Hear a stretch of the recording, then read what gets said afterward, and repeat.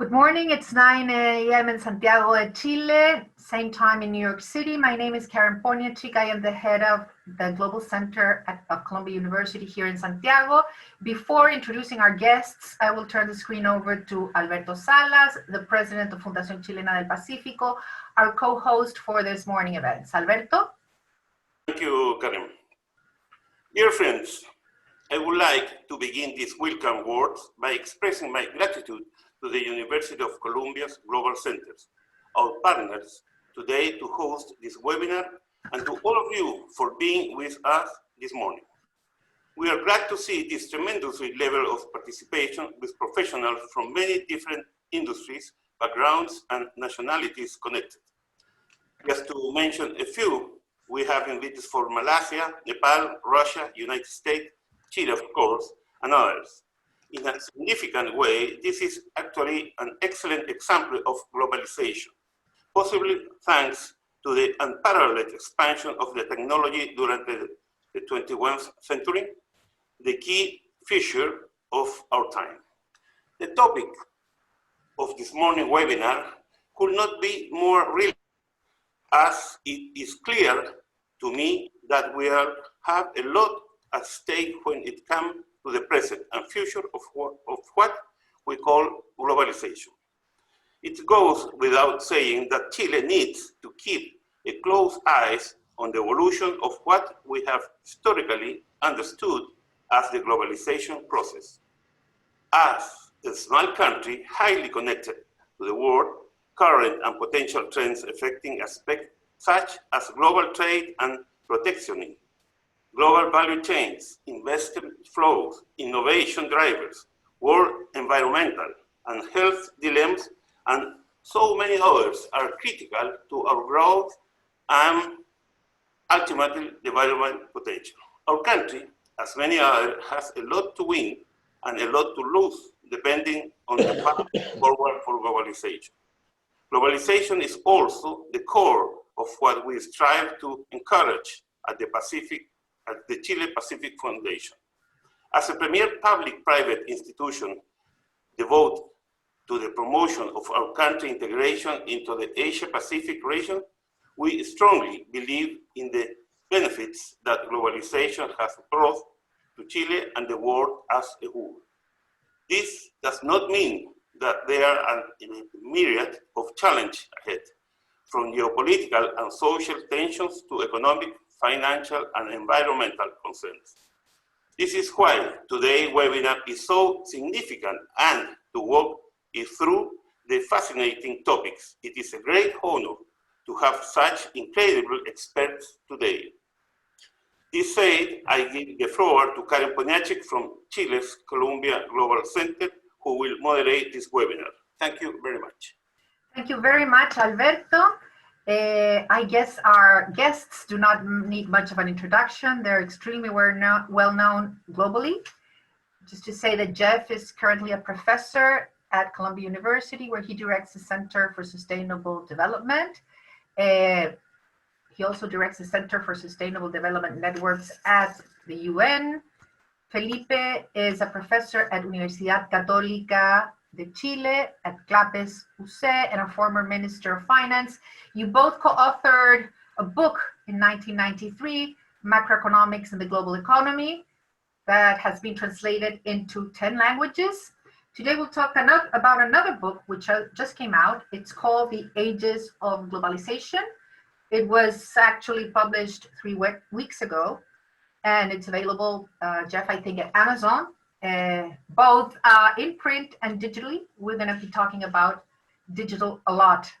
Jeff, in what is a breathtaking review of the history of world economics from 70,000 years ago, starting with the Paleolithic age, you talk about 7 ages of globalization, ending with the current one, the digital age.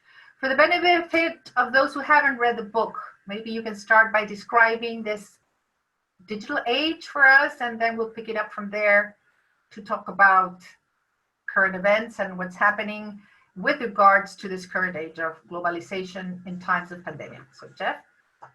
Karen, thank you very much. And Felipe, thanks so much for the opportunity to be together. And thanks to the Chile Pacific Foundation.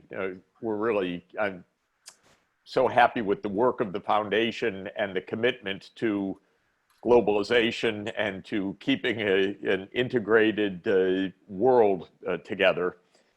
The idea of the book, Karen, is that we have been a global species really from the very beginning. By globalization, I mean interconnectedness, that we trade, we move as human beings around the world, we share ideas, transmit ideas, and that interconnectedness has been with us from the very beginning of the modern human species, from the time that our ancestors left the continent of Africa and spread all over the world. And I trace how that interconnectedness has changed over time, mainly driven by technology and ideas and the changes of our governance and institutions. So the first phase, the Paleolithic phase, is when we left Africa, and many of our traits of in-group loyalties and cooperation, movement across the planet were first formed. Then comes agriculture, the Neolithic revolution, and we begin as a settled species, and that occurs in the Americas as well as in the old world, as it were, Asia, Europe, and Africa. The next Actually, the next phase is with the domestication of the horse, which I regard as basically equivalent to the invention of the automobile in the late 19th century, because the horse changed everything for humanity. We could move fast, we could go to war at long distances, empires could be formed over hundreds of kilometers for the first time in large governing areas. And so the domestication of the horse was very particular, however, because there were no wild horses left in the Americas, as opposed to the old world. That was a sad fact that came from the extinction of horses, probably through hunting, with the early arrival of Americans 10,000 to 12,000 years ago. Well, however that happened, the horses were only in the old world, and that's where the biggest advances of technology, long distance trade occurred. In the Americas, the only long distance pack animals were in the Andes, of course, the alpacas, the llamas, and that made a huge, huge effect on history. Well, then came the age of the great empires, the Roman Empire, the Han Empire, the various Persian empires, the Mauryan Empire in the Indian subcontinent. And then the next era that I talk about is the era of ocean empires, which emerged when ocean navigation, not that it was discovered, because the Chinese really were ocean navigators in the Indian Ocean already in the 1300s and early 1400s. But the Europeans discovered ocean navigation. I wouldn't say perfected it, but advanced it significantly. And with Columbus's voyages of discovery and Vasco da Gama reaching Asia, suddenly there was a world economy. And this was global capitalism in its first variant. And Adam Smith, the father of economics, modern economics, declared that those two voyages by Columbus and da Gama were the two most significant events in the history of humanity, because they united the whole world. So that was really globalization in its current sense of truly global scale enterprise. Of course, every time we had a new era, there was conflict, violence, conquest, And with the ocean voyages, mass industrial scale slavery as well, with the 14 million Africans brought as slaves to the Americas for the new global continent industry, the new global tobacco industry, and so forth. The next major phase comes through one invention overwhelmingly, although that led to dozens of pivotal changes and new inventions, and the most important of which was the steam engine. The steam engine was probably the single most transformative invention in human history since agriculture, because suddenly we could harness mass energy, and that meant a change of everything, a change of scale of production, the rise of industry, the increase of number of humans on the planet by 10 times from the start of the 19th century till today, roughly from 800 million to 8 billion people increased because of food production and the ability to move food around the planet. Well, everything changed. The country that got there first, where the steam engine was invented, Britain, became the world dominant power. I would say it was a dominant power built on a navy that was built on steam. And that gave the British Empire really the case of being the first global empire ever, with reach everywhere in the world. The sun never setting on the British Empire, so to speak, except the British Empire ended up handing over the baton to the American Empire. And it was already declared in 1941 by Americans that this was the American century coming up. And indeed, for many decades, the US ruled the roost. It was the most powerful country, the dominant country. And I'm saying that we're really in a new era right now on many different levels. First, like all the other great transformations, technology is at the core. We're in a digital world. This morning together, we're in a digital world. Through this pandemic, we've been in a digital world. In our statecraft, in our geopolitics, we're in a digital world. You look at the skirmishes between China and the US in recent weeks. They're about the digital economy, fundamentally. Who's going to control it? Who's going to have the lead in semiconductors? Who's going to control social media? The US is desperately trying to prolong the American century. China's trying to have its place in the sun, I would say. So this is a part of the new era. It does mean, in my view, and I know we're going to talk about this, that the American century is over. Not that the United States, has disappeared, though I do feel these days it's in a kind of state of collapse. But it is that the US is no longer the dominant country by any means. It's an extraordinarily powerful country. It's actually a dangerous country, I'm sad to say, in many ways. But it is no longer the dominant country, except in Donald Trump's imagination. So here we are in the new age, and we're trying to make sense of it. And lo and behold, that most global phenomena hits us, and that is a pandemic.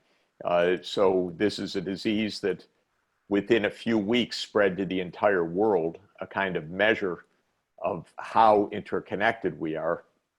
I note in the preface, which I wrote in the last moments, just as the pandemic was hitting, that it's estimated that it took 16 years for the bubonic plague to spread from China to Italy in the 14th century, from 1331 to 1347. So 16 years of overland or shipping travel. Whereas in this epidemic, it was 16 days, basically, or maybe 16 hours more accurately, from Wuhan to Rome in a direct flight. This virus traveled by air, and it traveled all over the world instantaneously. It's pummeling our economies. It's pummeling our societies. It's claiming hundreds of thousands of deaths so far. It's a global phenomenon. It's not the end of globalization. It is a case of globalization on the dangerous side. But fortunately, on globalization, the positives are even more powerful than these negatives. That's the idea. Are they? Let's talk about, you mentioned that every new era comes with violence and conflict. We have several current conflicts to discuss in this digital area. Inequality, which you talk about in the book, geopolitical confrontations, which you touched on, environmental degradation, plus enter the social and economic consequences, crisis due to the pandemic and the pandemic itself. So maybe Jeff, you want to touch on some of those challenges, and maybe Felipe can touch on some of the others, and then we can go. You've raised several other topics, the end of the unipolar world, China and the US, and we can talk about that later. Questions can be sent please to the cgc.santiago@columbia.edu email address. We'll Karen, just a short comment on Felipe, sure. Yes, a short comment on one of Jeff's remarks. When Jeff said that the UK empire was the first truly global empire, the sun never sets, I think Charles V in England would be complaining, Jeff, because in Spain. It's in Spain in the 16th century, where the first time, I think Charles V himself said, "The sun never sets in my domains." Right. So I just for the record, and for just not to take away from Spain, which, by the way, as we discussed many times, saw the Industrial Revolution was an empire, and then saw the Industrial Revolution go by, because it happened somewhere else.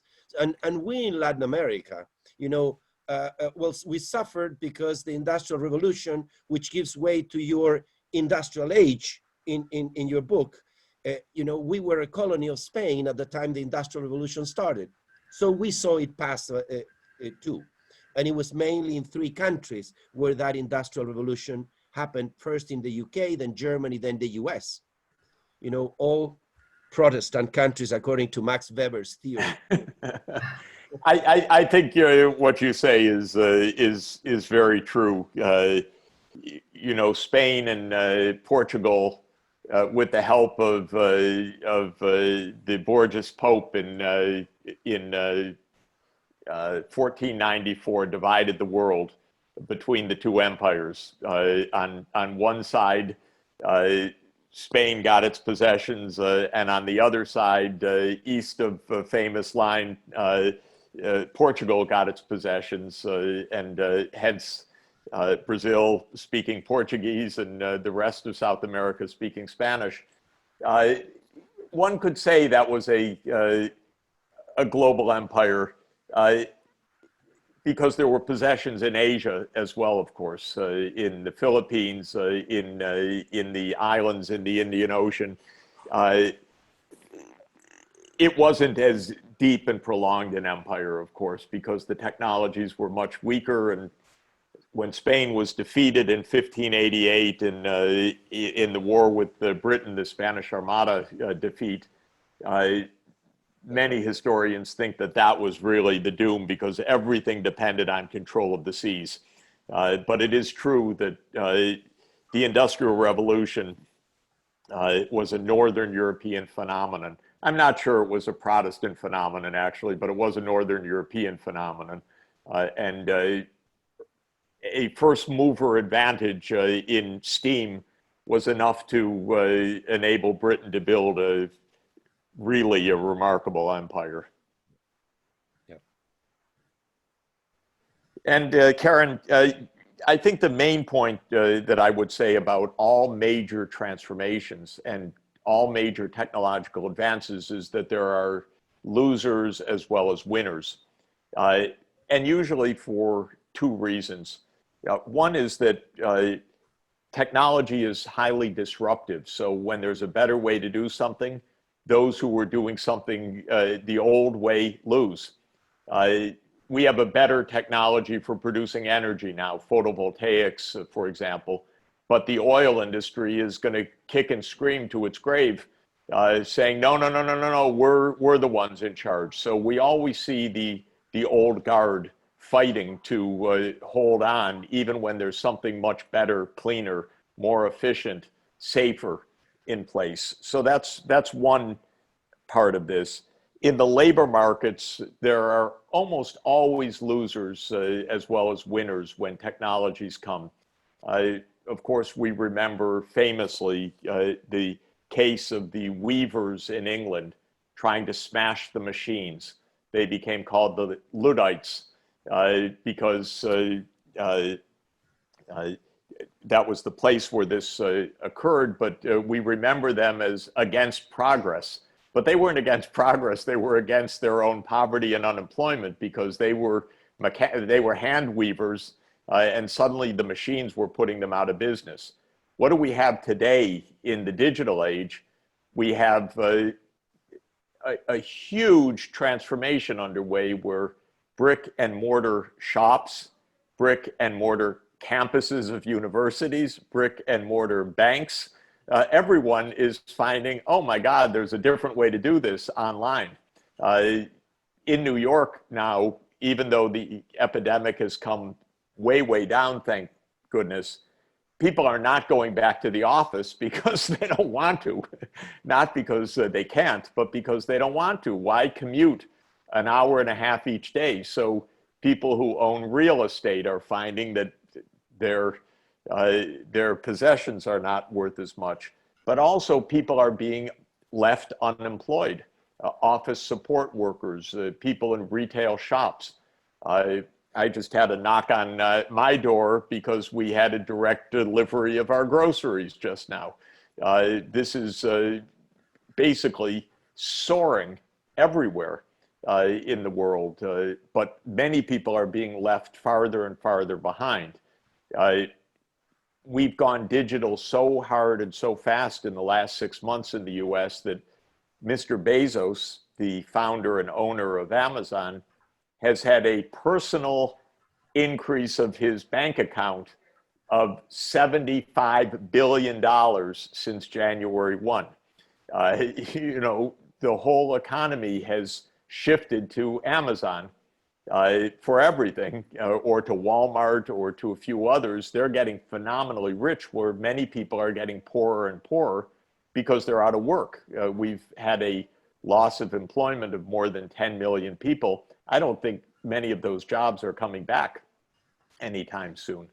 So this is part of change. And then one other point is the geopolitics.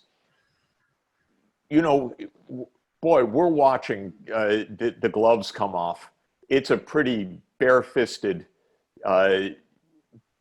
battle right now, partly because Trump is he's a nasty guy, so he's like a barroom brawler to begin with. Somebody once told me, a so-called friend of his told me, this is the guy who will smash the chair across your back in a barroom fight.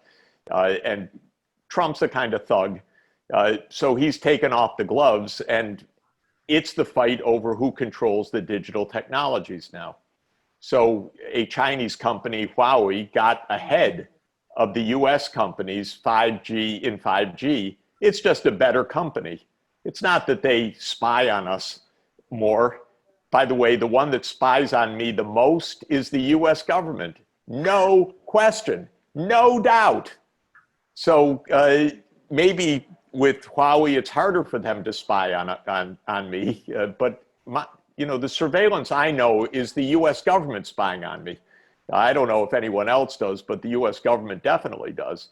So the real issue is they got ahead. What Huawei did was package 5G technology superbly, low cost, easy to install, and so on. And that freaked out the American policymakers. We don't have any 5G producers like that, so we're years behind. So Trump announced, okay, you can't buy any US semiconductors anymore. Well, that wasn't good enough because other countries make the semiconductors. Then Trump said last week, you can't buy any semiconductors from any company that uses any US technology.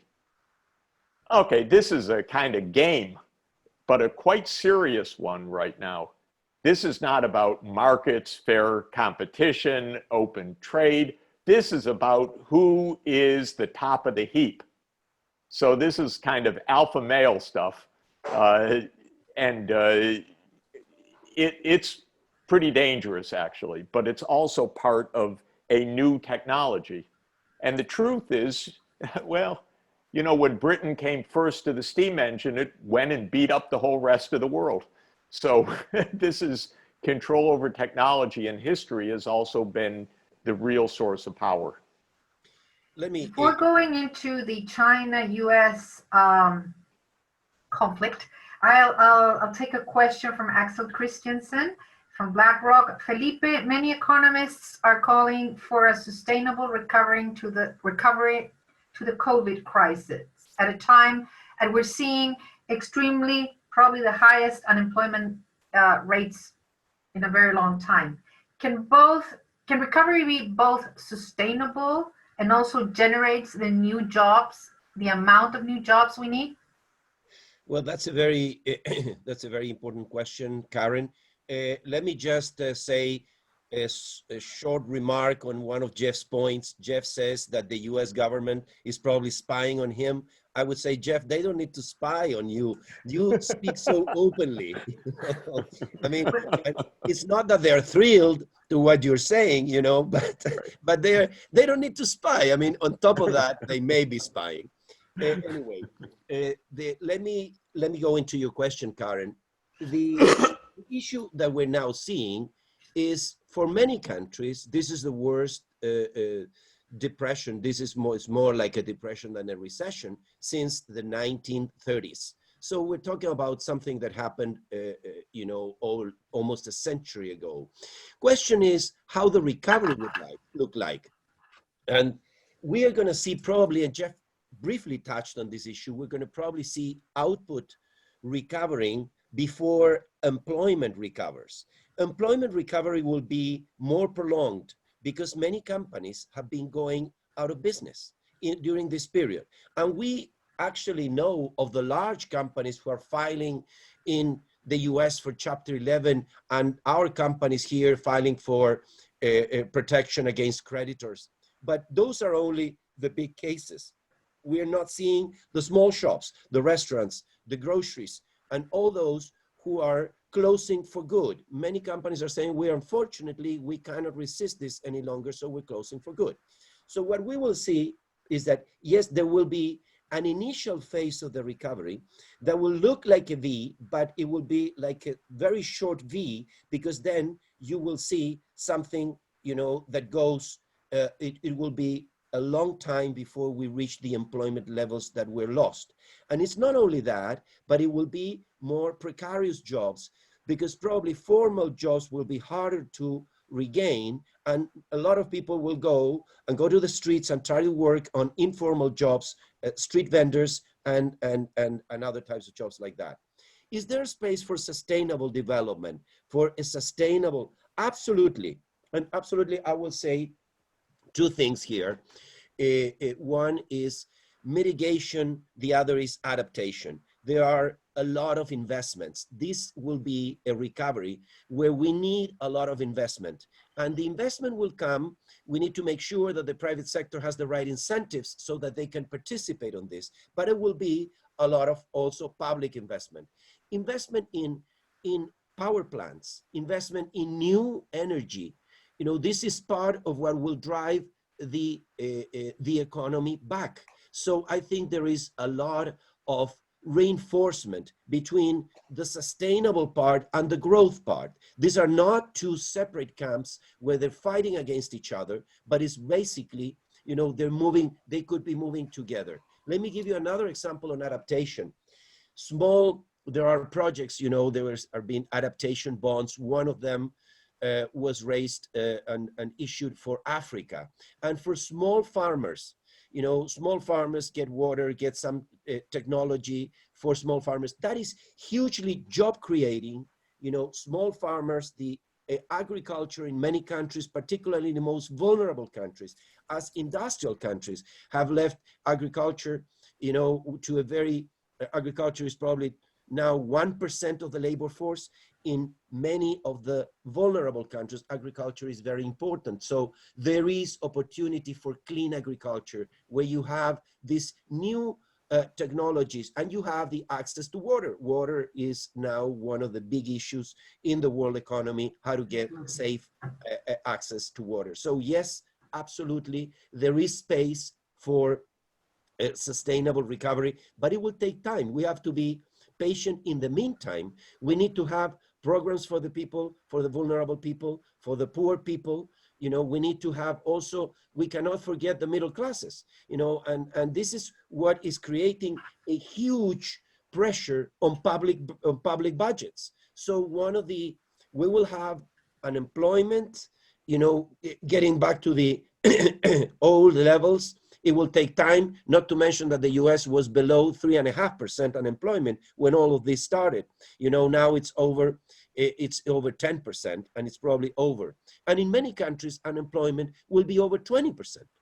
So this is the kind of issue that we are dealing with. And I would agree and hope we have, I don't want to sort of give such a long answer, so maybe we'll have time to see where are the issues that will favor globalization and the threats to globalization coming from the pandemic. So let me stop there.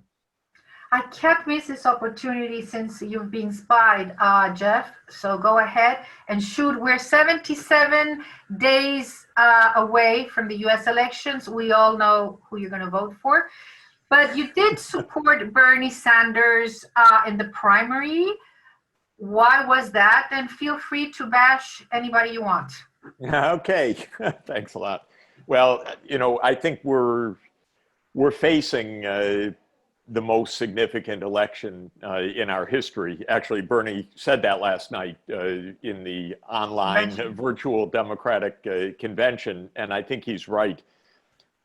You know, there are a few reasons for this, but at an individual level, Trump is really a mentally unstable person. So I regard him as quite dangerous and cannot wait to see him out of office. And as everybody knows, because he says it at full volume, he's going to do everything, including stopping postal services so that mail ballots can't be counted, to try to hold on to power. He's just a deeply, profoundly unprincipled person who does not abide by rules and doesn't abide by science, doesn't abide by information.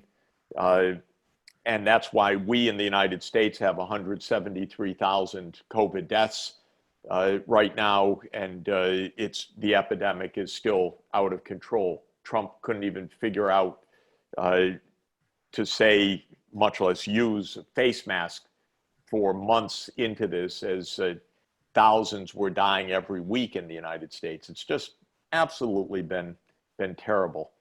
But Trump also reflects in our politics a very dangerous part of American politics, and that is really white us versus them politics. So a lot of what's happening is the backlash of white working class Protestant Americans against the social rise of others.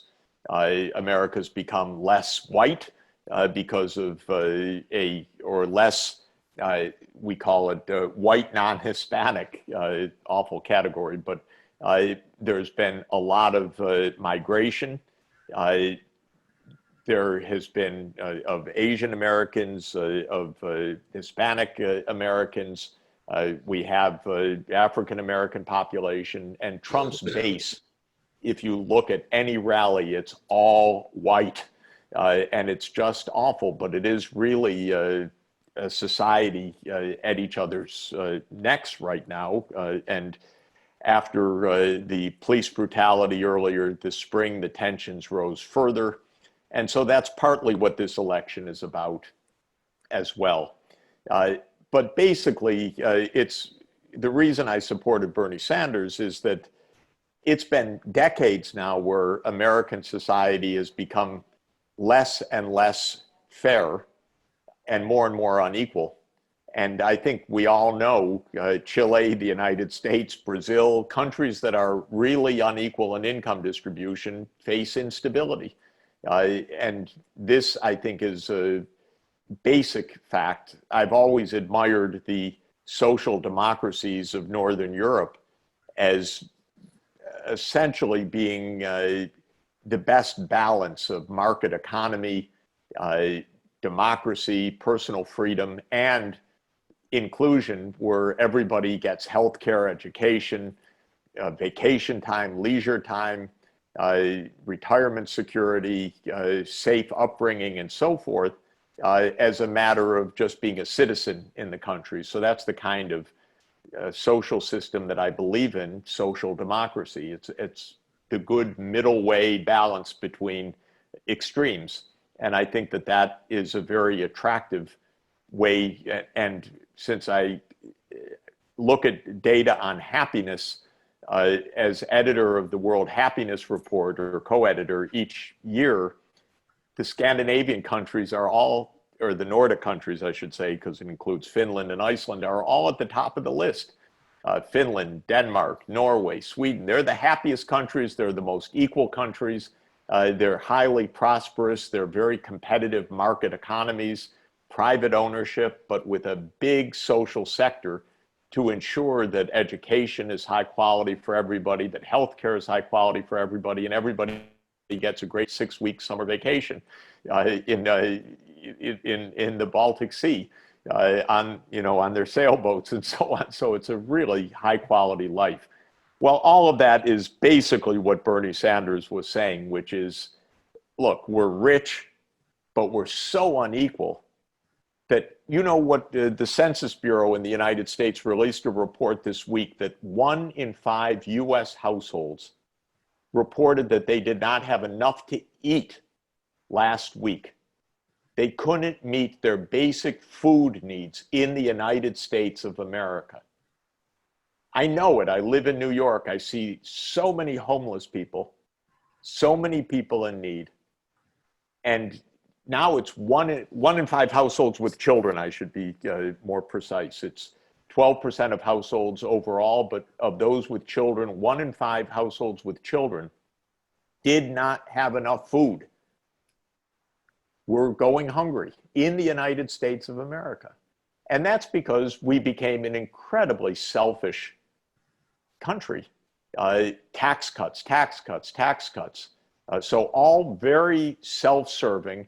We've got these gazillionaires like Bezos, Bill Gates, Warren Buffett, Mark Zuckerberg. How many tens of billions of dollars do you need before you say we don't want our taxes cut anymore? I mean, where is the most basic decency? And so we lost that decency. Trump is the most indecent of the leaders we've ever had on every scale. And all he chortles about still to this day, because he's such an idiot, by the way, but all he talks about is the high stock market price. Well, that's for a tiny part of America. What about the tens of millions of people without health care, the people dying? He doesn't even recognize them right now. So that's why we've got to get rid of him. If we don't, the world's going to be very, very dangerous after November, by the way, because he's got no self-control. And with China, with our democracy, where he puts troops into our cities against the wishes of the governors and mayors, I think we'll go to emergency rule in this country if Trump is reelected. I think it's that bad. That bad. I do think it's that bad. Before going on more on that, Felipe, Jeff has talked about extreme inequality. We're facing extreme inequality here in Chile with more than 2 million jobs lost. Now we're also facing hunger. Jeff says he stands in a middle way between a state central planning system, which doesn't work, and unregulated capitalism. And he defined as North European countries being in the middle way. Where do you see yourself in this continuum between unregulated capitalism and state central planning? How can you best regulate capitalism to avoid its problems, including this one, extreme inequality, and the other ones, environmental degradation, lack of meritocracy, many of those which we see in Chile. And the self-regulation work, I would add to that one. And then, Jeff, we're going to come back to what I am getting a lot of questions about China. So we're going to go back to China, definitely. Fantastic. Sure, Karen. Well, first, I do not know of any unregulated capitalism today, fully unregulated capitalism. All capitalisms need some form of regulation. I also don't know of any state central planning, which is, the last one was probably Albania, but even Albania has changed. So we are in somewhere in between this. It's like, the extremes. It's between 0 and 1, but 0 and 1 do not really exist. So if you say, where would I be? Certainly I would be on a regulated capitalism. A regulated capitalism that is important because we need to have regulations so that the markets work appropriately, work adequately. For example, we need to have strong action on top of everything the state does, in terms of spending, in terms of directing resources to the less well-off, which is a very important part. There is the institutions and the regulations against monopolies, against collusion, and other types of abuses of the market. So certainly, those are parts of the regulations that we need to have.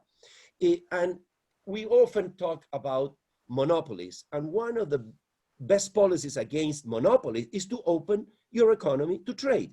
Open trade, fair, open, and I would say, Chile is an example of openness to trade. Of course, that would impose competition on companies that compete against international companies, but you still have the issue of regulating service sectors which are not subject to competition, particularly sectors which do not face, which have a lot of, I would say, economies of scale. So, in the end, that produces one provider, for a big area in electricity, in water and sewage, and so on. And those need appropriate regulation. So the question is whether we have an economy and we have the institutions that work properly, and probably we can do better there. But I would certainly be on the side of a regulated capitalism.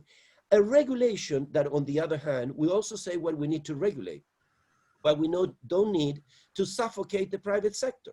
We need to have the appropriate regulations, but have the environment in which the private sector, and I'm not talking about only about large companies, I'm talking about small and medium-sized business, that they can thrive, that they can, make their contribution in this huge problem that we are in.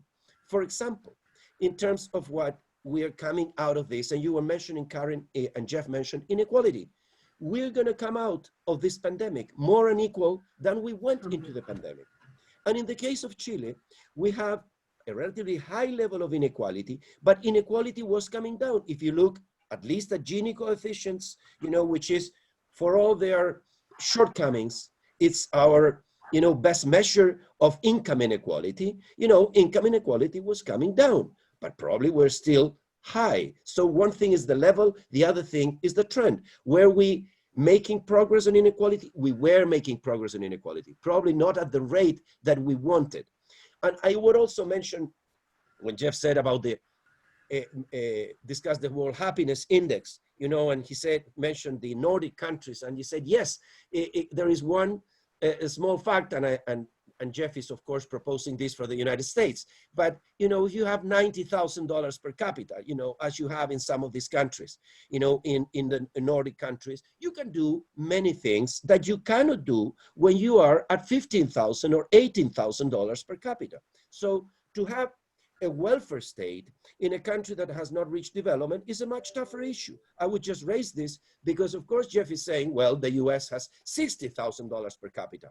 You know, probably not what Norway has, but Norway has, I don't know, 5-6 million people, and the US have 300 million people.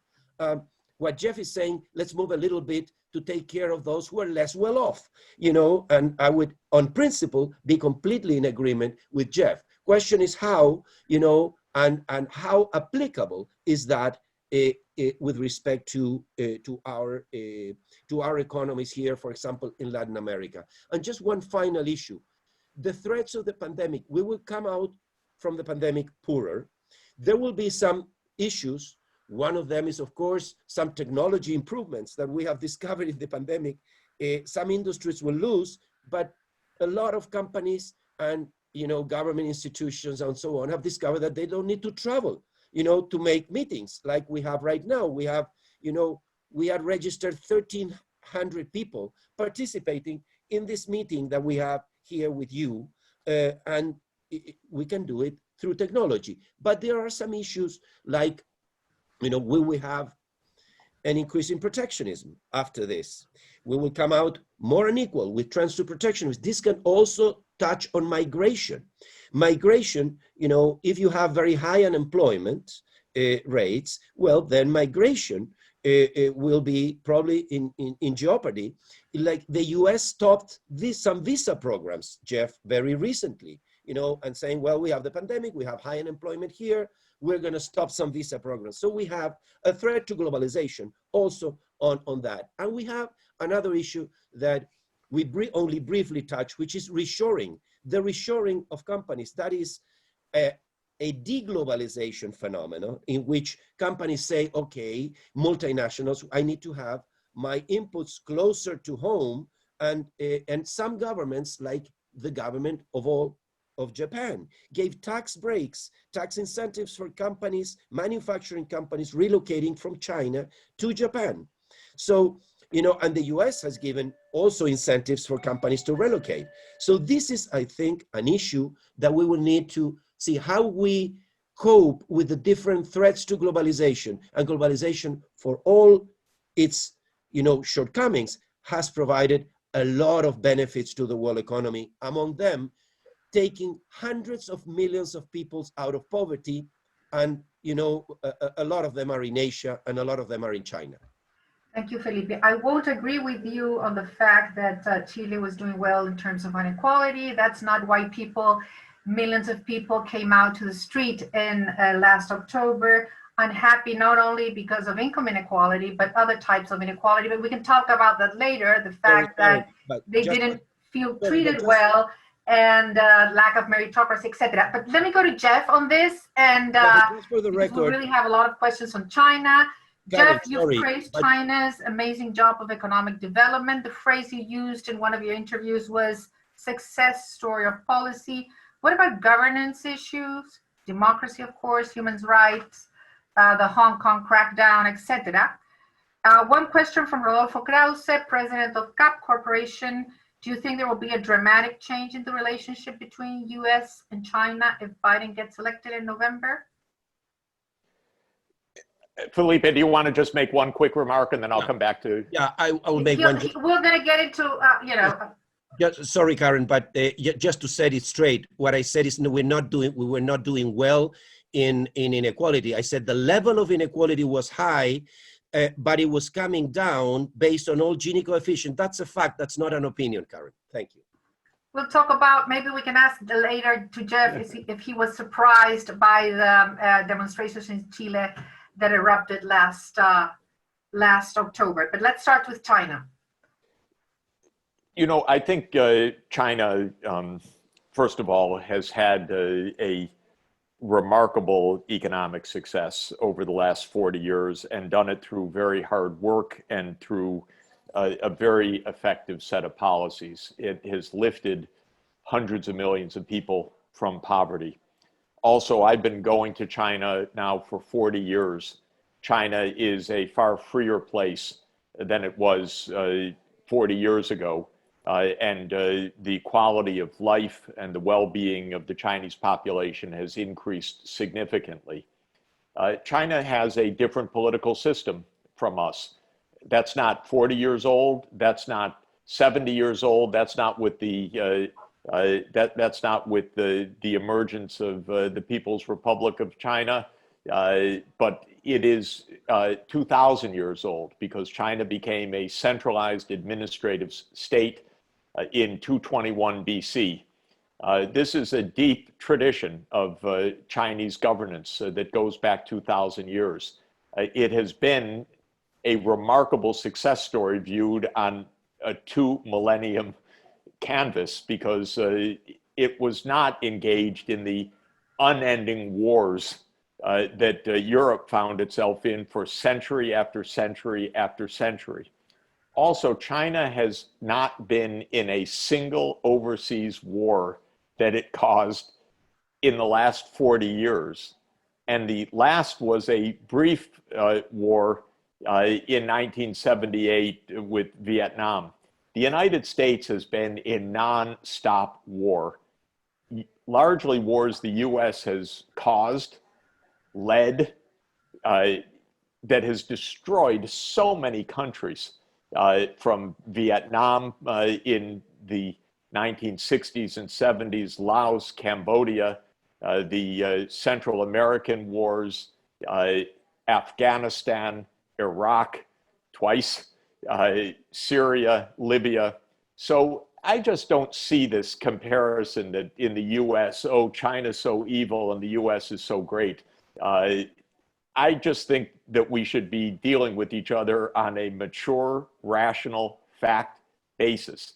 I also don't like the fact that China's accused every day now of, oh, it's so militaristic. Huh? Are you kidding? The United States has 800 overseas military bases. China has 1. So we need some measure to be able to see things through the eyes of the other side. I quoted Jesus Christ because I say Jesus Christ foreign policy. Why do you note the speck in the other person's eye and not the beam in your own eye? So I think that this is actually good foreign policy advice. If we want to have a mature relationship with China, stop Pompeo, who is just an extremist, going around the world telling other countries, don't deal with China. First, fix your own country, my country. Fix it first before you start telling other countries how to act. Stop making so many wars. Stop all these military bases abroad. Stop the arms race. Okay, that would be a good start. And then deal with your counterpart on a mature basis. The United States is 230 years old. China is more than 2,000 years old. It's a great civilization. It deserves respect, and it should be dealt with on a highly professional and serious level.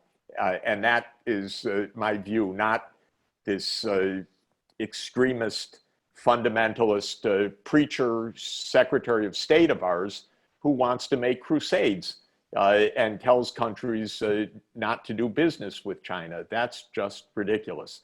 Now, what will happen with Biden? No doubt things will be safer and smoother. There won't be irrationality. Pompeo would be gone, thanks God. Trump would be gone, thanks God. But there would still be a lot of competition. There would be challenges about human rights. The US would say this, China would say, yeah, how about all your overseas wars? How about all your poverty? How about all your discrimination? How about all your people in jail? You know, there would be answers on both sides, but maybe there would actually be some sane discussion also about how to work together for a good recovery, to stop the pandemic, to solve the climate change problems. These are things where we ought to be working together and certainly not just yelling at each other. So you see cooperation even though probably the confrontations will persist. This is a question by Jorge Sad at the Center for International Studies at Universidad Católica. So even though Trump doesn't win the elections, conflict will continue, and you see it would be addressed through cooperation, more cooperation? Yeah, you know, even in the Republican side, especially around the evangelical Christian base, which is Pompeo, everything's a crusade. You know, America's the God-given country, and every other country is evil. And so this is just a kind of religious fundamentalism in part of Trump's base. But then there is, in the Democratic Party side, I'd say no love for China in general. I'm definitely more on the Sinophilic end of the spectrum. Of course, I go to China many times a year. I have so many Chinese students over the last 40 years who have gone to become senior officials. I know they were nice kids. Now they're nice, very senior officials. They're not out to take over the world. They're trying to manage a complicated country and society. So I see things differently from a lot of the Democrats, but I do believe the Democrats are not crazy. I think they're much more rational. I think Trump's crazy, basically, and surrounded by crazy people. So I'm much more worried about that. With the Democrats, I think there will be, you know, ongoing competition.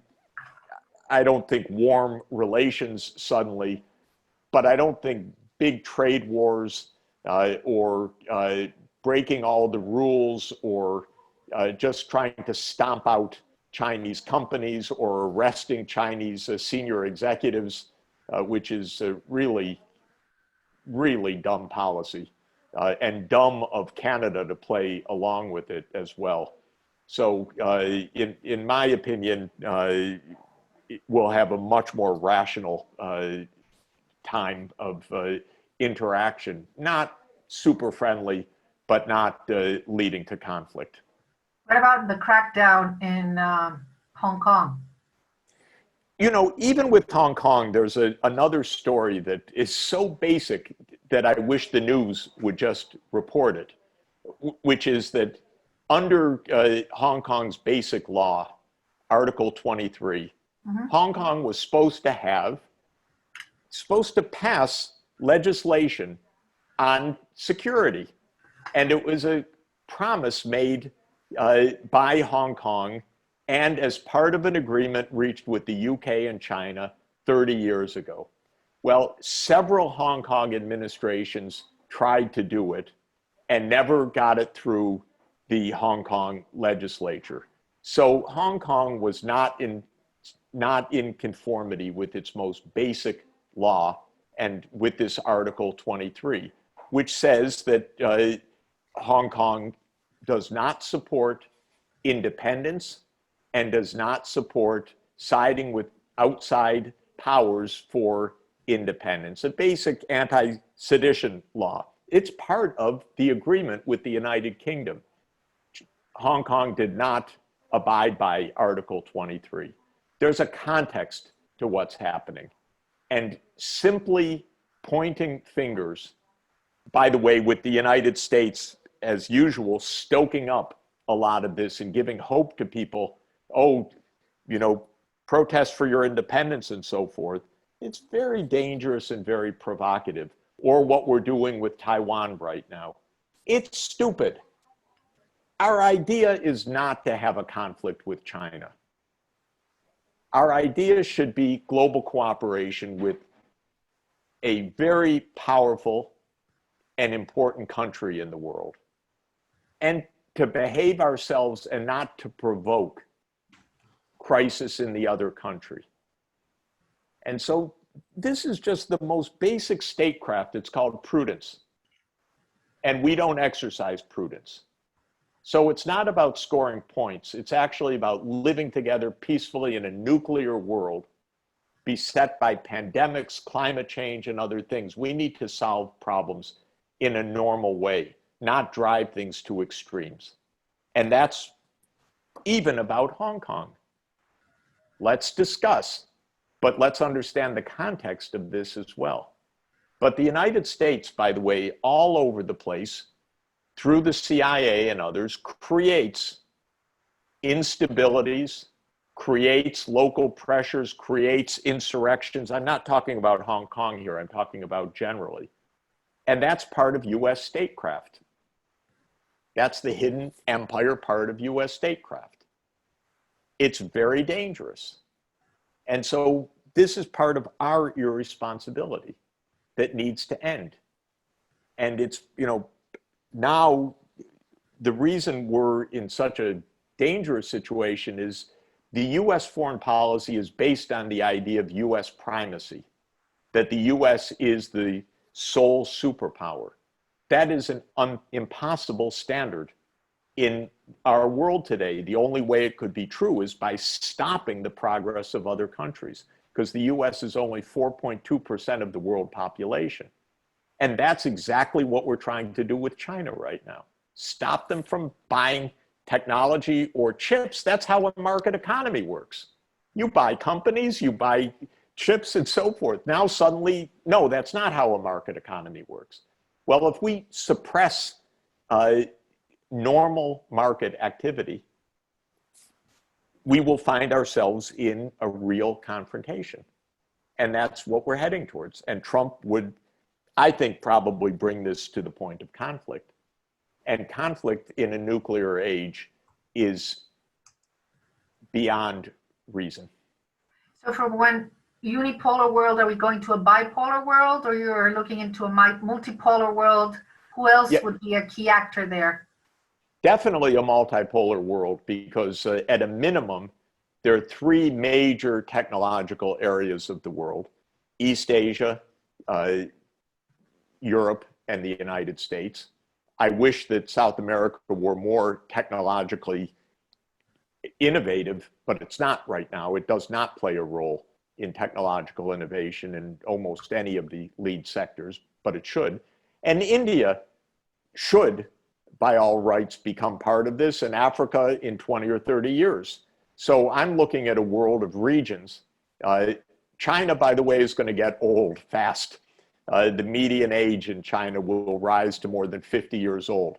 I have a kind of theorem that people over 50 don't want to take over the world. They just want a quiet life.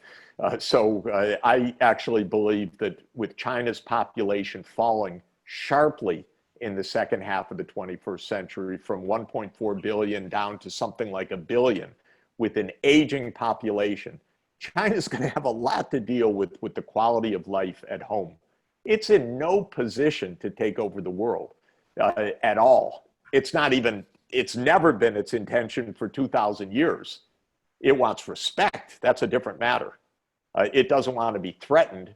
It doesn't want to be divided as it was between 1839 and 1949, with many invasions by Britain, by France, by the United States actions, by Japan. It doesn't want that. It wants security, but it doesn't want to take over the world. So no, China's not, it's not a two-region world. It should be a multi-region world. It would really be nice if South America could get together. Unfortunately, Bolsonaro is just about as crazy as Trump, maybe even crazier, less dangerous, but crazier. And we don't have the makings of South American cooperation yet, but it would be a good idea. And I think it would help South America's recovery from this crisis also to work together on clean energy, on 5G technology, on the digital economy. That kind of regional cooperation could make a very big difference. Do you see, Felipe, that kind of cooperation anytime soon in South America and Latin America? Well, I certainly see, as Jeff said, a multipolar world in which the US will not be the sole player. You know, although we will retain a very leading role, it will have to share the scenario of the world economy and the world with other important players. China, certainly India. There are countries like Indonesia, you know, which are very heavily populated, growing fast, and so Asia will be a powerhouse. What is the role of Latin America here?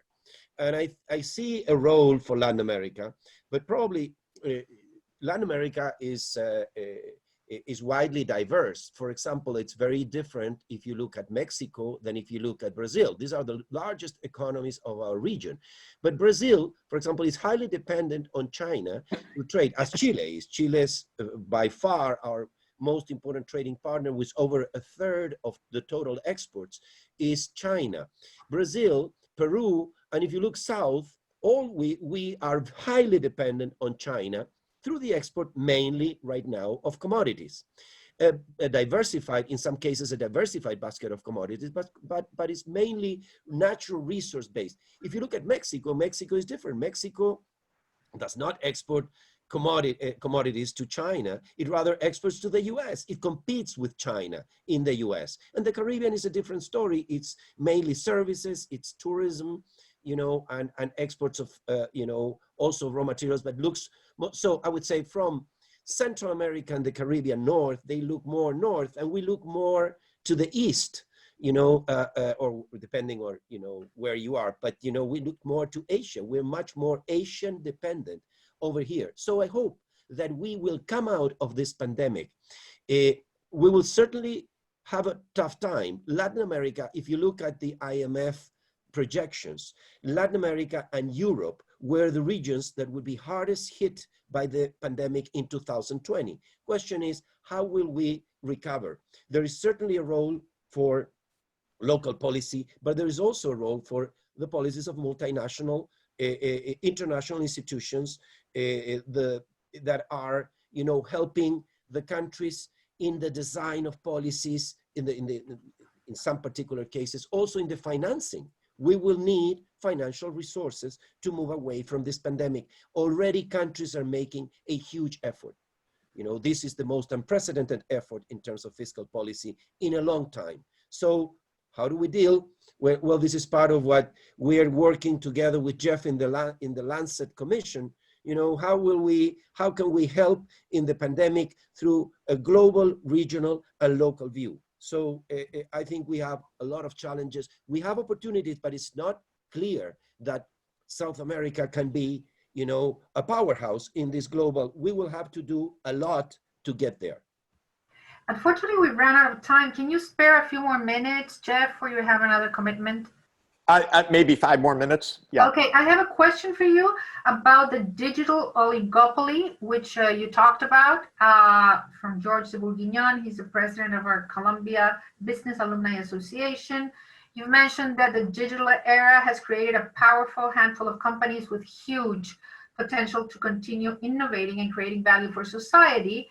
And their capability to do so is directly related to their scale and capacity to gather data. However, the same valuable tool also poses a challenge to democracy, freedom of speech, and privacy. So how can we regulate these negative effects without hindering or destroying valuable companies? It's a very big question, and I don't have a clear answer in my own head about what to do with the digital right now, even though it's so central. On the one hand, we have giants, like you say, Amazon, Apple, Google, Microsoft, and so forth, whose market caps are astounding, and they continue to soar. That's one issue. A second issue that I think has been put fairly clearly in view, it was a hidden issue, but the control over advanced semiconductors is a big part of the story. Whether that's a chokehold or not is unknown, but right now only a very small number of companies produce the advanced chips that are at the cutting edge of technology. And the US is trying to stop China from acquiring those advanced chips. There are differences of opinion among experts and in the press about whether China will catch up shortly or not catch up shortly. But this is a chokehold for the moment. Europe is not a player in this. So it's basically the US China and a few manufacturers in Taiwan and Korea and Japan, and how they fit into the puzzle is a big issue. A third issue I would raise that's, again, we don't even know the facts, but there is obviously a rapid militarization of these technologies taking place. The big tech companies in the United States are on major Pentagon budgets right now. There's a lot of secret surveillance.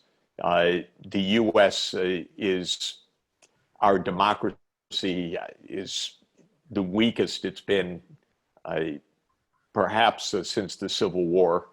There's so much surveillance. You remember Ed Snowden's revelations. Oh, they were just put aside. You know, they're not talked about anymore, but they're very real about how industry and the US government and secret courts subvert our privacy. We don't even know the facts, and Congress doesn't get the facts or aim to get the facts. So we don't even know what the companies do, and we don't really know the militarization, except we see that, say, Elon Musk says, okay, I want to now be the space agency for the Pentagon, or Amazon wants to host, or Microsoft compete to host the cloud activities of the Pentagon. This is horrible, in my view.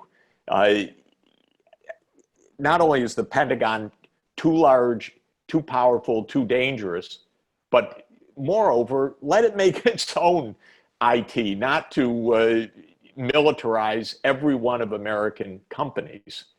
So I don't think we can feel very comfortable right now with the situation of big tech from an economic point of view, an economic power point of view, a militarization point of view, a privacy point of view, a human rights point of view.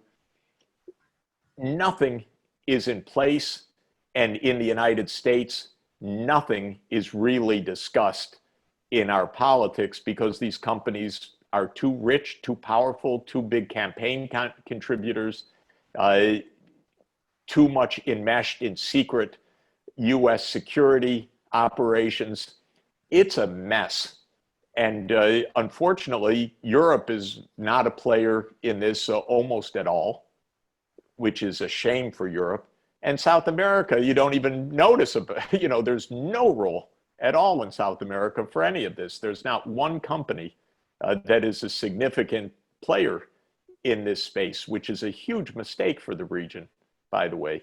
It's part of the legacy of not having adequate technology policy in general in South America.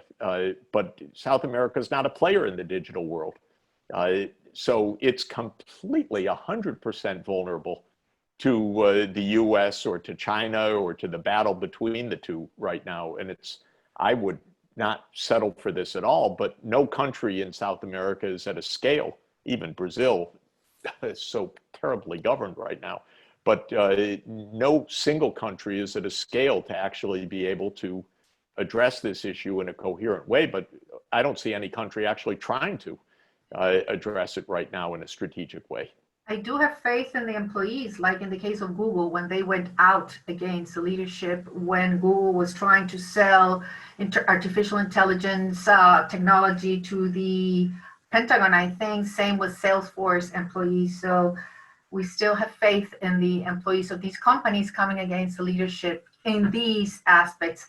Unfortunately, we ran out of time. We have so many questions, Felipe, about the IDB elections, Jeff, about the recovery, the V-shape, not the V-shaped recovery in the US, about, you know, we've received several questions. I'm sorry we haven't been able to address them all. Maybe a last word, Felipe, on the IDB elections, and then we close. US, maybe Jeff, you want to chip in. The US proposed this Mauricio Claver Sarmiento to be the president of the US. He's a hardliner close to Trump. Many countries, including ours, are trying to postpone the elections for after, hopefully, Biden is elected. Many countries are supporting this Claver Sarmiento, others are don't. Felipe, where do you stand here? Jeff, where do you stand here? Although I guess you would both answer, but it's good to hear that before closing it. Sure, Karen. Well, first of all, this does not have to do particularly with the U.S. candidate, Mauricio Claver Carone, but it has to do with the candidate, with the process itself and the institution. There is a rule here, an unwritten rule, but it's a commitment by President Eisenhower back in 1958 that the candidate will be to preside the IDB would be a Latin America. So far, for the last, let's say, 60 years, the IDB has been presided by Latin America. And this is the first time in history that the US has proposed a candidate. This has created division. This has created that several countries, and I would say dozens of former presidents, former chancellors, former finance ministers have come out with letters calling for postponement of the election to give us time to talk about the agenda for the IDB for after the pandemic. This is really a very unprecedented and special time, and it calls for special measures. And some people say, well, you know, we're calling for only a few months of postponement till we have the time to discuss what needs to be done to get Latin America out of this situation. What are the policies that we need to do in terms of help, financial help, in terms of the policies itself, the design of policies for Latin America? And certainly this has been, many people have spoken, many very openly. Among them, I received, Karen, late last night, a letter from the Club de Madrid of former presidents of Latin America and Spain who are signing for the postponement, are asking the postponement of the election. It would be a very good idea, you know, to postpone this election, and of course have, you know, Mr. Claver Carone could have, you know, his opportunity, but we should discuss agendas first. This is a time to discuss what needs to be done. Jeff, on this, any take before we close? Exactly. Have the election in mid-November. We'll see. Okay, well, thanks to both of you. Unfortunately, we ran out of time. Again, Jeff's book, Thank you. Of Globalization. Thank you very much for sharing with us. Felipe, thank you very much for joining us in this great discussion. The book available again at Amazon. It's by Columbia Press. Jeff, we hope to see you soon in person whenever you can fly.